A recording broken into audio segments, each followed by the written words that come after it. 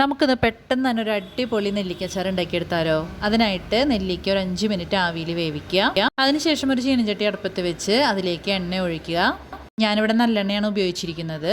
എണ്ണ ചൂടായി വരുമ്പോൾ അതിലേക്ക് കടുക് ഇടുക. കടുക് പൊട്ടി വരുമ്പോൾ ഉണക്കമുളക് ചേർക്കുക. അതിനുശേഷം അതിലേക്ക് ഇഞ്ചി, വെളുത്തുള്ളി, കറിവേപ്പില എന്നിവ ചേർത്ത് ഇളക്കി കൊടുക്കുക. അതൊന്ന് ഇളക്കിയതിന് ശേഷം നമുക്കതിലേക്ക് പച്ചമുളക് ചേർക്കാം. ഞാനിവിടെ വലുതാക്കി നുറുക്കിയ പച്ചമുളകാണ് ചേർത്തിരിക്കുന്നത്. നിങ്ങൾക്ക് ചെറിയ ചെറിയ പീസുകളാക്കി നുറുക്കിയിടണമെങ്കിൽ അങ്ങനെയായാലും ഇടാം കേട്ടോ. ഇത് നന്നായിട്ട് വഴന്ന് വരുമ്പോൾ ഇതിലേക്ക് നമുക്ക് 2 ടീസ്പൂൺ കാശ്മീരി മുളക് പൊടിയും 1 ടീസ്പൂൺ സാദാ മുളക് പൊടിയും ചേർക്കാം. അതിനുശേഷം കായപ്പൊടിയും ഉലുവപ്പൊടിയും ചേർക്കുക. നല്ലപോലെ ഇളക്കി യോജിപ്പിച്ച് പൊടികളുടെ പച്ചമണം മാറി കഴിയുമ്പോൾ നമുക്കതിലേക്ക് തിളപ്പിച്ചാറിയ വെള്ളം ചേർക്കാം. ഞാനിവിടെ 1 ഗ്ലാസ് വെള്ളമാണ് ചേർത്തിരിക്കുന്നത്. വെള്ളം തിളച്ച് വരുമ്പോൾ നമുക്കതിലേക്ക് ഒരല്പം വിനാഗിരിയും ഉപ്പും ഒരു ചെറിയൊരു കഷ്ണം ശർക്കരയും ചേർക്കാം.